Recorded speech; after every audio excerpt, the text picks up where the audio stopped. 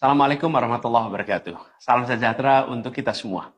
Saudara-saudara sekalian, hari ini KPU telah mengeluarkan pengumuman resmi yang hasilnya dalam versi KPU telah kita dengar bersama. Tapi dalam sebuah pemilihan, proses itu tidak kalah penting daripada hasilnya.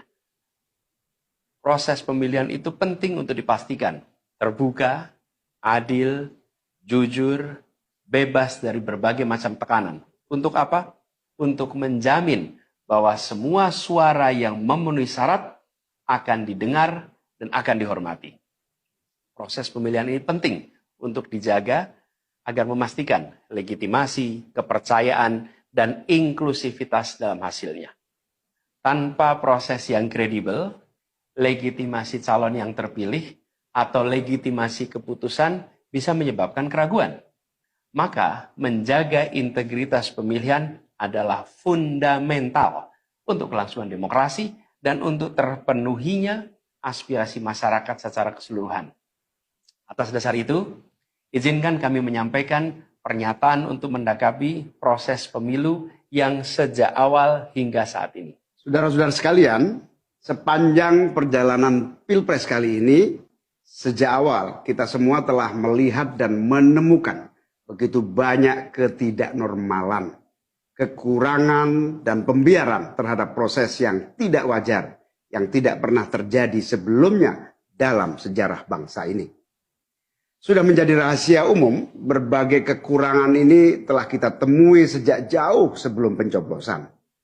Mulai dari rekayasa regulasi sampai ke intervensi alat negara. Dan semua ini telah menjadi catatan media serta jadi catatan publik. Mas Anies dan saya maju pencalonan sebagai capres dan cawapres ini untuk membawa misi perubahan, menghadirkan keadilan dan kemakmuran bagi semua, menegakkan kembali demokrasi dan menunaikan janji-janji reformasi. Dan berdasarkan catatan dari KPU tadi, ada puluhan juta orang yang menitipkan suara kepada kami berdua.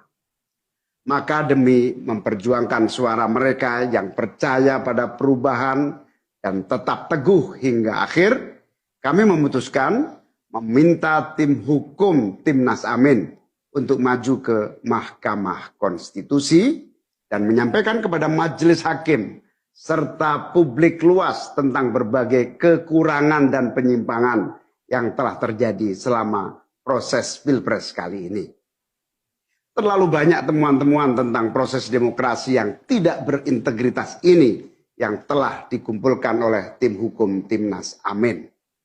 Semua ini nanti akan disampaikan oleh tim hukum kepada Mahkamah Konstitusi. Kami mempercayakan sepenuhnya proses ini kepada tim hukum yang dipimpin oleh Saudara Ari Yusuf Amir. Dan tentu dikawal dan didukung sepenuhnya oleh tim Amin di bawah kepemimpinan Kapten Muhammad Saugi. Kami menyerukan kepada seluruh relawan dan pendukung, mari kita dukung sepenuhnya tim hukum berjuang di jalan konstitusional yang telah tersedia secara sah. Dan kita semua akan terus menjaga etika demokrasi, menjaga suasana kedamaian dan persatuan. Saudara-saudara sekalian, kepemimpinan yang lahir dari proses yang ternodai dengan penyimpangan, dengan kecurangan, akan menghasilkan rejim yang outputnya nanti, keluarannya nanti adalah kebijakan-kebijakan yang penuh dengan ketidakadilan. Dan ini yang tidak ingin kita temui di Indonesia. Kita tidak ingin ini terjadi.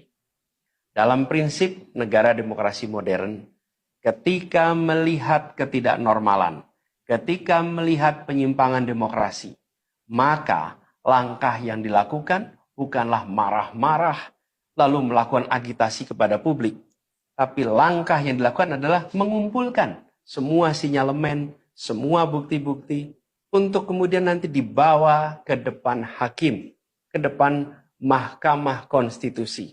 Ini ciri pribadi, ciri organisasi, dan ciri negara yang modern, yang matang, yang beradab. Karena itu sejak awal kami katakan, kami tidak akan gegabah Walaupun kami merasakan sejak masa kampanye sampai pemilihan terlalu banyak ketidaknormalan, penyimpangan yang kami alami. Tapi kami memilih untuk mengumpulkan itu semua secara hati-hati, melakukan validasi, memastikan akurat. Kenapa?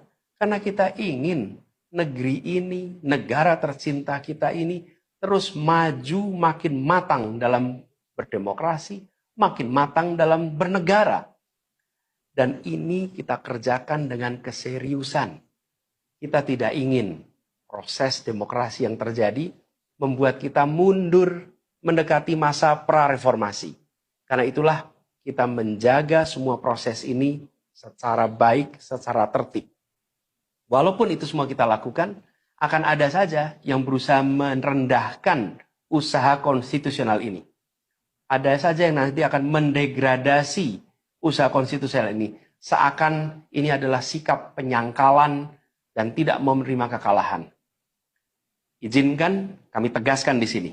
Kami tidak ingin membiarkan penyimpangan atas demokrasi itu berlalu tak ditantang. Kami tidak ingin penyimpangan itu berlalu tanpa catatan.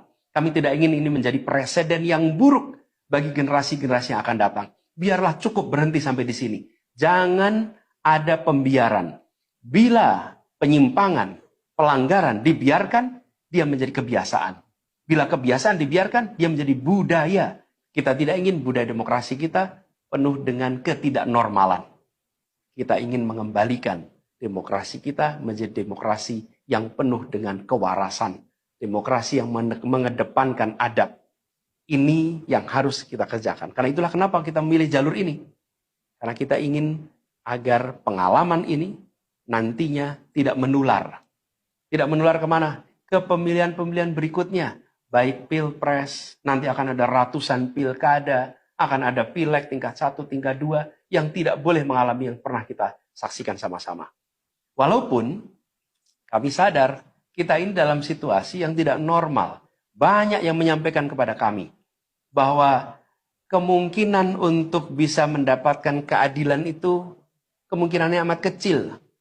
Berbagai pihak mengatakan, ini lembaga-lembaga negara yang terkait penyelenggaraan pemilu, terkait penyelenggaraan sengketa, telah terkooptasi oleh oknum-oknum yang sudah terbukti melanggar etik. Bahkan ada yang ketuanya sudah melanggar kode etik berkali-kali, sudah diberikan sanksi berkali-kali, tapi tetap saja dibiarkan menjalankan perannya. Padahal perannya memiliki dampak pada kehidupan seluruh bangsa Indonesia dan perjalanan ke depan negara kita. Meskipun kita dengar itu semua, meskipun kita saksikan ketidaknormalan itu, tapi kami tetap memilih berada pada jalan dan jalur konstitusi. Kami berharap pertolongan Allah Subhanahu wa taala, pertolongan Tuhan yang Maha Kuasa. Semoga Allah bukakan, Allah teguhkan hati para hakim konstitusi itu untuk mereka bisa imparsial, untuk mereka memiliki keberanian, untuk mereka mengambil keputusan yang adil, keputusan yang benar, keputusan yang nantinya akan mereka pertanggungjawabkan di hadapan Tuhan yang Maha Kuasa. Keputusan yang akan mereka pertanggungjawabkan di hadapan sejarah perjalanan bangsa Indonesia, yang akan dipertanggungjawabkan di depan anak cucu mereka di kemudian hari. Ini adalah harapan kita, dan kami yakin insya Allah mereka akan bisa menjalankan apa yang menjadi harapan dari kita semua. Mari kita terus jalankan perjuangan ini dengan menjunjung tinggi etika, menjaga kedamaian dan persatuan.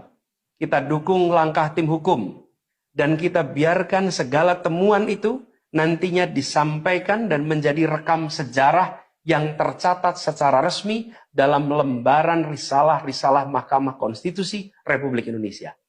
Ini biar menjadi catatan, catatan pengingat, catatan yang penting bagi perjalanan Republik ini, perjalanan bangsa ini di masa yang akan datang. Seperti saya katakan tadi, jangan sampai ini berulang lagi. Dan izinkan kami mengakhiri dengan menyampaikan terima kasih. Kami sampaikan terima kasih kepada semua yang telah bekerja keras, kepada seluruh tim yang telah bekerja sepenuh hati, dengan luar biasa hingga tuntas, dan kepada seluruh pendukung, seluruh simpatisan yang tak henti menguatkan kami